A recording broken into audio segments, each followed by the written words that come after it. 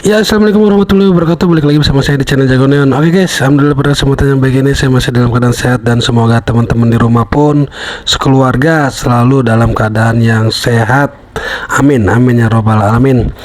Oke, jadi pada kesempatan yang baik ini saya mau memberitakan kabar atau dua kabar yang sangat menarik nih guys. Jadi satunya dari PSSI, bahwasanya dalam waktu dekat ini PSSI akan mengumumkan pelatih baru timnas Indonesia, dan kandidat kuatnya itu ada di pelatih asal Kanada. Siapakah dia? Jangan kemana-mana, nonton terus video ini. Dan kabar keduanya yaitu Malaysia, efek dari pemalsuan dokumen pemain keturunan Malaysia yang disanksi dan sudah dijatuhi sanksi dari FIFA kepada Malaysia. Hukumannya itu pertandingan FIFA Matchday 3, pertandingan FIFA Matchday Malaysia itu dinyatakan Malaysia kalah 3-3-nya ya guys. Jadi dua berita ini sangat penting buat teman-teman ketahui, dan jangan kemana-mana, tetap pantengin video ini. Oke, langsung aja kita saksikan video berikut ini. Kabar buruk menghantam timnas Malaysia. Federasi Sepak Bola Dunia atau FIFA secara resmi menjatuhkan sanksi berat kepada skuad Harimau Malaya dengan hukuman kalah walkover 0-3 dalam 3 pertandingan FIFA Matchday terakhir. Keputusan tersebut dikeluarkan Komite Disiplin FIFA setelah Malaysia terbukti menggunakan pemain naturalisasi ilegal saat menghadapi Cape Verde, Singapura, dan Palestina. Alhasil, seluruh hasil pertandingan tersebut dianulir dan diganti dengan kekalahan 0-3. FIFA menegaskan hukuman ini hanya berlaku untuk pertandingan yang berada di bawah yurisdiksi langsung mereka, yakni laga FIFA Matchday. Namun ancaman sanksi belum berhenti sampai di situ. 2 laga timnas Malaysia di kualifikasi Piala Asia 2027 kontra Nepal dan Vietnam juga terancam berujung sama. Tak hanya kehilangan poin, dampak lain yang tak kalah menyakitkan adalah peringkat FIFA timnas Malaysia dipastikan anjlok drastis seiring penghapusan hasil pertandingan dan sanksi tambahan yang menyertainya. Ya, jadi bukan hanya kalah otomatis ya untuk timnas Malaysia. Jadi dia juga terkena sanksi, peringkat FIFA-nya turun, yang tadinya sekian jadi sekian gitu, turun drastis lah intinya. Ke posisi berapa saya pun juga kurang tahu nanti ya. Oke, lanjut. Keputusan Persekutuan Bola Sepak Antarabangsa FIFA yang mengisytiharkan Malaysia kalah 3-0 bagi 3 perlawanan antarabangsa Tier 1 perlu dihormati dan wajar diterima secara terbuka. Bekas penyerang kebangsaan Safi Sali menyarankan Persatuan Bola Sepak Malaysia FAM untuk terus fokus dan bergerak ke hadapan serta menumpukan kepada usaha membangunkan bola sepak negara. Dalam pada itu mengulas tentang kesan keputusan itu terhadap skuad kebangsaan, beliau percaya pemain Harimau Malaysia masih memiliki semangat untuk bangkit dan meneruskan perjuangan selagi diberikan peluang beraksi di pentas antarabangsa. Beliau berkata skuad Harimau Malaya wajar terus diberikan sokongan kerana pasukan itu menggalas tanggungjawab besar membawa nama Malaysia di persada antarabangsa. FAM pada Rabu mengesahkan menerima hukuman daripada jawatan kuasa tata tertib FIFA susulan kes menurunkan pemain yang tidak layak dalam 3 perlawanan antarabangsa Tier 1 melibatkan skuad Harimau Malaya. FAM memaklumkan jawatan kuasa tata tertib FIFA memutuskan Malaysia diisytiharkan kalah dengan jaringan 0-3 bagi 3 perlawanan antarabangsa Tier 1 melibatkan skuad Harimau Malaya, selain turut dikenakan hukuman denda sebanyak 10,000 franc. Ini benar nih, mantan pemain timnas Malaysia nih, benar nih. Jadi kalau bisa jangan sampai lagi terulang kesalahan seperti ini guys ya. Jadi kedepannya semoga sepak bola Malaysia lebih baik lagi, kita doakan. Oke, lanjut. Nah, ini salah satu komentar dari netizen ya. Nih, ngapa tak ambil Ronaldo dari Portugal? Nenek moyang dia dilahirkan di Malaka semasa Portugis menjajah Malaka tahun 1511. Memang dasar netizen kita ya kan, kalau komentar tuh gak ada lak-lakannya. Oke, lanjut. Alih-alih ingin meniru kesuksesan Indonesia dalam menaturalisasi pemainnya, Malaysia justru dibuat malu oleh FIFA.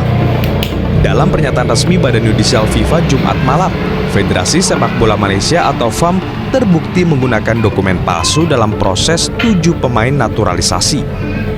7 pemain yang dimaksud diantaranya Gabriel Palmero, Facundo Tomagarces, Rodrigo Julian Holgado, Imanol Javier Machuca, Joao Figueiredo, John Irazabal, dan Hector Alejandro. Penyelidikan dilakukan FIFA setelah mereka menjalani pertandingan kualifikasi Piala Asia 2027 kontra Vietnam 10 Juni 2025. Duel itu dimenangi Malaysia dengan skor 4-0. Dalam rilisnya, FIFA menganggap FAM dan 7 pemain terbukti telah memalsukan dokumen demi melakukan pemindahan federasi sehingga bisa bermain untuk timnas Malaysia. FIFA pun menghukum Malaysia dengan denda kurang lebih sebesar 7,32 miliar rupiah. Menyikapi sanksi itu, FAM mempertimbangkan untuk melakukan banding. Mereka mengklaim sejak awal tak melakukan kekeliruan dalam seluruh proses 7 pemain naturalisasi. Kehilangan 7 pemain anyar tentu akan merugikan timnas Malaysia dalam ambisi tampil di Piala Asia 2027. Jelajahi cara baru mendapat 3 laga FIFA Matchday Malaysia terpaksa dianulir oleh FIFA dan Malaysia dianggap kalah WO. Padahal 3 pertandingan ini jelas Malaysia mengumpulkan poin, imbang 1-1 menghadapi Tanjung Verde, menang 2-1 menghadapi Singapura, dan menang 1-0 menghadapi Palestina. Sayangnya, akibat pelanggaran yang mereka lakukan, yang dilakukan oleh Federasi Sepak Bola Malaysia dengan memalsukan dokumen naturalisasi pemain mereka, harus dianulir dan semuanya jadi kalah 0-3. Dan tentu saja ini akan berpengaruh terhadap ranking FIFA terbaru, karena pastinya poin-poin yang sudah dikumpulkan Malaysia akan dibalikkan ya, atau justru berpindah ke lawannya, dan mereka justru akan minus poin. Dan ini masih dari FIFA Matchday. Kalau urusan kualifikasi Piala Asia, maka serahkannya ke AFC. Nah, permasalahannya AFC sampai sekarang nggak ada kabar, bahkan nggak ada komen. Jadi kita tunggu saja apakah AFC berani melakukan sanksi terhadap timnas Malaysia, padahal kantornya saja ada di Malaysia. Segitu dulu. Harus berani, harus netral. Jadi siapapun yang salah jadi harus dihukum ya. Tetap ya kan, tetap harus, walaupun kantor AFC ada di Malaysia. Nah, ini salah satu komentar lagi nih, ada komentar lagi nih. Justru malah menyalahkan ini. Gara-gara Konoha kami jadi kena sanksi. Kocak Anda kocak. Nah, kasihan supporternya udah koar-koar malah kena amsyong. Oke, lanjut. Sepertinya nama pelatih timnas yang baru akan segera diumumkan karena pasalnya ex pelatih timnas Kanada dikabarkan sudah memilih timnas Indonesia. Ladies and gentlemen, please welcome Mr. John Hartman. Ho ho.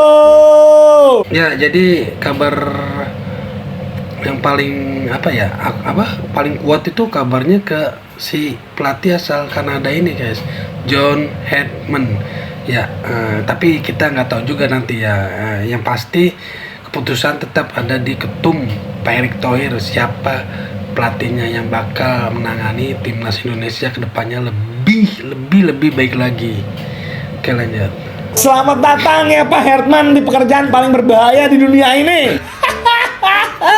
Pertanyaannya, sebagus apa sih si John Hartman ini? Mari kita bahas, boy. Berita ini berangkat tadi pagi dari salah satu media yang ungkapkan kalau misalnya Hartman ini menolak Honduras, Jamaika untuk melatih timnas Indonesia. Berani-beraninya si kawan, berani-beraninya nih. Oke lah, kita anggap pelatih timnas kita tuh adalah si Hartman ini. Nama lain selain si Giovanni Van Bronckhorst. Is it good? Nah, ada beberapa poin yang bisa gue sampaikan kalian, boy, tentang si Hertman ini. Yang pertama, Doi adalah pelatih berpengalaman yang pernah membawa Kanada ke Piala Dunia Qatar, yang menunjukkan kalau misal Doi itu pelatih level dunia. Poin kedua adalah Doi itu adalah pelatih dengan determinasi tinggi, selalu memberikan motivasi di pinggir lapangan, nggak yang pas kegolan tuh cuma bingung gitu, keringetan gitu ya, cuma cengar-cengir doang. Dan poin ketiga, waktu di Kanada Doi bermain dengan skema 3 back, which mean yang gue bilang berkali-kali, inilah skema yang paling cocok untuk timnas kita. Bang, bukannya filosofi timnas kita harus 4 back, bang, kan kita kan mayoritas diasporanya Belanda, bang. Belanda dari kecil main 4 back, bang. Pret, lu makan tuh 4 back tuh, 0 poin round 4 tuh 4 back. So kita tunggu aja, boy, soal si John Hertman ini. Gue masih belum mengulik-ngulik lagi. Mungkin gue akan bahas ini lebih dalam ketika Doi udah diumumkan resmi sebagai pelatih timnas Indonesia. So kalau menurut kalian gimana nih, boy? Coba tulis di bawah, ya. Terima kasih buat jangan lupa follow terusnya. Bye. Ya sebenarnya itu udah bisa kelihatan lah, seperti yang saya katakan tadi, dari analisa faktual aja sebenarnya ya kalau memang dua kandidat ini memang dia lebih masuk akal ya, lebih checklist. Jadi memang ya kadang kita mungkin maunya bisa aja macam-macam, mau Jose Mourinho loh, mau siapa, tapi kan kita mesti lihat kantong kita juga. Dan bahkan sekelas dia pun gajinya juga nggak murah. Setahu saya tuh di sana tuh 50 miliar apa setahun ya. Jadi sebulan tuh sekitar berapa, 3 miliar mungkin ya, mahal juga sebenarnya sih, tapi ya whatever lah, pokoknya kita apapun keputusan mereka, karena prosesnya juga setahu saya juga melalui proses yang cukup prosedural, sama seperti dulu ketika memilih Sintayong dibandingkan Luis Mia, dikasih tahu speknya ke Dirtek kerucutkan, interview, lalu dua nanti Esko akan memilih. Ya kita berharap prosedur ini tetap dilaksanakan, bukan one man show, ya kan? Dan ya walaupun nanti tetap orang akan membandingkan dengan yang sebelumnya pasti. Tapi once mereka deliver seperti dulu kita dari Luis Mia ke Sintayong, saya pikir kita pasti akan menghargai. Ya, pokoknya siapapun pelatihnya semoga lebih baiklah dari sebelum-sebelumnya ya.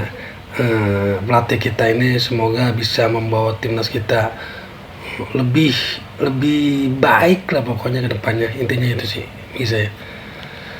Disebutkan bahwa PSSI sudah mengerucut 2 nama, tapi Erick Thohir meminta 1 nama lagi. Artinya apakah menurut Anda Erick tidak puas dengan 2 nama hasil wawancara? Iya, memang yang saya tangkap seperti itu ya, karena sepertinya menurut saya beliau menginginkan pelatih yang punya kemampuan melanjutkan apa yang sudah dibuat oleh pelatih sebelumnya. Nah, 2 nama yang saat ini ada sepertinya kurang mampu atau dianggap kurang cocok untuk melanjutkan apa yang sudah dibangun oleh pelatih sebelumnya. Itu yang saya bilang tadi.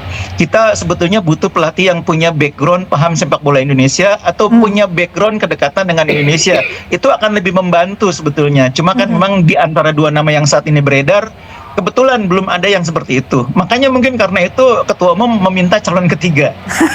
Oke, baik. Tapi sekali lagi karena memang nama John Hertman paling dirumorkan jadi calon pelatih timnas, Anda melihat John ini seperti apa sih cara kepelatihannya, mumpuni tidak, atau seperti apa gayanya dalam melatih? Iya, sebetulnya secara CV memang tidak sekuat beberapa kandidat yang sebelumnya sempat dirumorkan ya. Kita tahu ada Helgrimson di sana, ada Van Bronckhorst. Tapi memang dalam sepak bola seperti yang saya bilang tadi akan ada 2 pihak ya.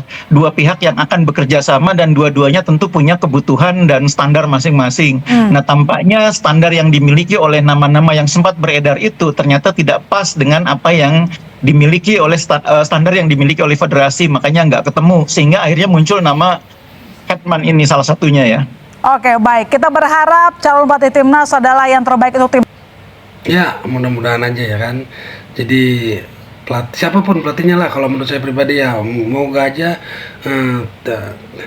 bukan pelatih baik dari sebelumnya, itu aja sih intinya, dan bisa membawa timnas kita ke level yang lebih tinggi lagi guys, seperti itu guys. Oke guys, sekian dulu video kali ini, semoga memberikan informasi yang bermanfaat buat teman-teman di rumah. Jangan lupa buat teman-teman yang baru menemukan channel ini atau video ini, salam kenal dari saya Jago Neon, dan jangan lupa subscribe dan like sebanyak-banyaknya atau bagikan jika memang video ini bermanfaat buat teman-teman. Akhir kata, wassalamualaikum warahmatullahi wabarakatuh.